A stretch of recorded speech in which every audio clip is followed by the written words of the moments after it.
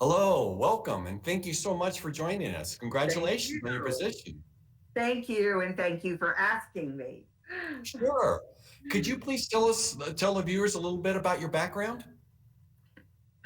Well, for a girl who grew up in Kansas through college, really through undergraduate, and then I worked in one place for 30 years, I have really lived all over the place in between. So I went from Kansas to North Carolina to Texas to California to Oregon, and then for our forever home in Washington. So here we are. I guess thanks to my mother, I've got a couple of traits that were just embedded in me from the get go: enjoy work and value education. So I've worked for an income from the time that I was 13 on a work permit. And I actually typed magazine copy back then, but that's another story. And got my PhD in administration because of that value placed on education. My professional background is in higher education. And so now I am a Dean Emeritus at California State San Bernardino in the field of business and public administration. Okay. So why did you decide to run for this position? Well, there are a couple of kind of interesting stories there. But first, the background is that I believe that for everything there is a season. And I define that as some of the phases of emphasis that we have in our life. And the phases, as I see them, really go from family emphasis to work emphasis to giving back emphasis. And I'm at that latter stage at this point in time, which is that of giving back. But now, why this particular position? Well, I was watching the filings coming in, and I saw that the incumbent had filed for NPP, which is no party preference. And I thought, oh my goodness, as a voter, I would like to vote for someone of a party where they're standing for no additional taxes and really holding spending in line. So within 20 minutes after that, I filed, and there weren't very many minutes more left to go to file. So that's kind of the interesting part of this story. But then there's a funny part of it too, and that is that I tried out for the planning commission to serve the county. You hear that service again, that desire to serve. Well, I was not selected by the county council at that time, and it wasn't very long ago. And actually, I would not have run for county council had I been selected for the planning commission. So here I am now, their colleague, and that's actually the reason that I won, because I ran because I was looking for that way to serve best. Very interesting. How would you describe your leadership style? Well, I used to teach leadership. When I was teaching management, I taught it particularly to executives. So I've taken more grids and profiles on management and management style than you can shake a stick at. And typically, I come out on the grids as both high task and high people orientation, which may be a kind of an intense style for some people's thought, because I'm always wanting to do a better job on the task and have goals and check that we're following through on those goals. That's that high task orientation. But then the high people orientation is to really know who it is that we're working with, in this case, who we're serving. Okay. So, in the middle of a pandemic, how have you been transitioning to your new role? Well, normally, of course, I'd be meeting people and meeting them in person and inviting them into the office if they had an issue that they wanted to talk about. But for lack of that, there's an awful lot of Zooming and WebExing and go to meetings at the present time. And I'll be honest with you, I have a little fear about that. And that is that when I meet these people, for example, if I were to meet you on the street, Jim, am I going to know you? It's a little bit different than when you know a person already and then you are Zooming with them. Then it's just another great way to stay in touch, right? During this COVID period that goes far beyond just a telephone call or a text or whatever. But it's different when you don't know the people that you're having this virtual conversation with. So that's my concern. But the other way is call and email. So the public can call and email you? Yes, absolutely. And I think that message is starting to get through because that email box is flooded right now, and that's wonderful. Okay. So what will be your top priorities for the next few months? Well, for the next few months, I really want to get my feet on the ground with the service that we are assigned to.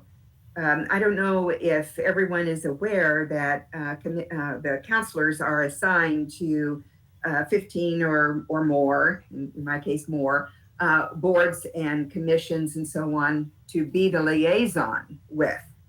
And so to start being serious about those relationships is where I wish to really get my feet on the ground because they run the gamut. It's everything, in my case, from the Board of Health to working with homelessness, to working with workforce development and economic development. I mean, it really runs quite a bit of the gamut.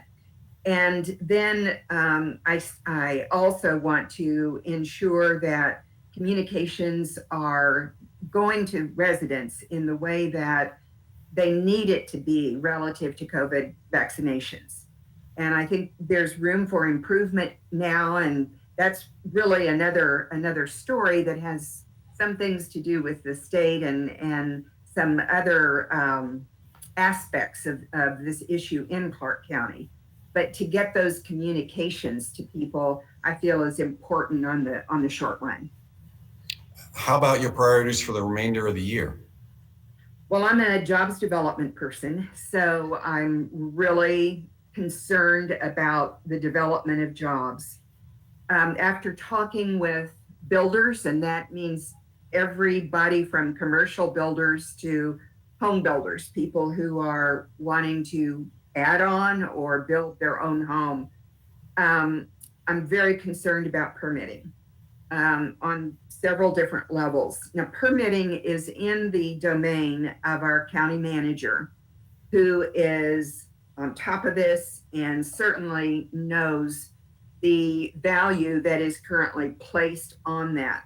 However, as a counselor, I will do my best to ensure that we keep plugging away on that with good goals. And you hear that, task orientation, with good goals and really good follow through.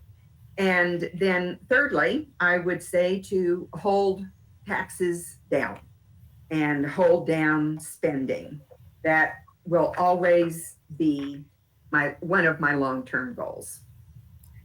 Okay.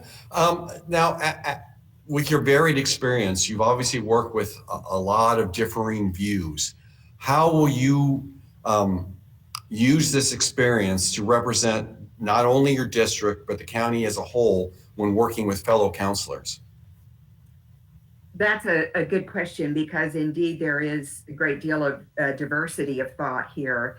I believe that we need to actively, and I underscore that word actively, pull out differing views by communicating with people on what their views are, and doing that with folks from literally every walk of life. And as we do that, I think it's important to be issue focused, not political party focused and not nationally focused, because if we do that, we'll too quickly find our differences.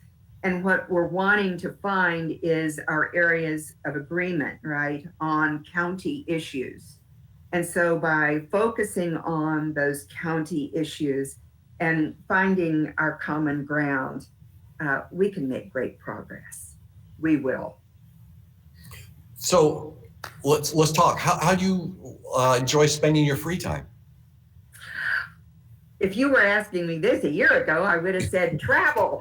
But that's really not, and I've loved travel ever since I was in high school. I was reared by my mom, and she took out a loan to be able to send me to Turkey, Bursa, Turkey, on the American Field Service program, and so I've loved travel, including international travel, ever since then. So that's a long time. But for now, I love to cook. I like to cook complicated recipes, at least once a week with lots of leftovers. Oh, nice. It's fun. In fact, one of the next things I write, I like to write. One of the next things I want to do is a recipe book. So it's going to have some of the recipes that I've really chosen as the ones, quite frankly, that my husband likes the best, because I figure he would enjoy that. Then I also exercise daily, just because I think we need to. And I do like to write. I like to write in my own academic area. And I'm really interested in one particular topic that I'm anxious to have the time to research more on. And that is why it is a human tendency for us to invest more time, more energy, and more money in what we already know is a losing proposition. Think about that. And we Interesting. do it. We do it as individuals, we do it as businesses, we do it as any organization, and often at the wrong time. So, anyway, that's something that I look forward to writing more on. Okay. Is there anything else you'd like to share with viewers? Well, right now, I'm blessed by having the great opportunity, as one effect of COVID-19, of helping to provide daycare for my 1-year-old grandson. And I tell you, if nothing else keeps you hopping, that does. He is a gregarious little guy. But as far as being counselor is concerned, my purpose is to serve residents. And we won't agree on every issue. We've already talked a little bit about diversity of thought and opinion. And indeed, that exists. So we're not going to agree on everything. But that doesn't mean that we can't listen to each other, communicate with each other, understand each other. And, I'm not a career politician. I'm not in this for the long run. I am here to serve you. Well, thank you very much. And I believe we talked about the best way if public wants to reach you is through your email, and they can get that. The website is clark.wa.gov, and from there they can choose county counselors and find your email. As well, they can call 564-397-2232. And again, we'll have that on the screen. And thank you so much for meeting with us today, and we look forward to talking with you in future dates. Thank you so much, and I look forward to that too.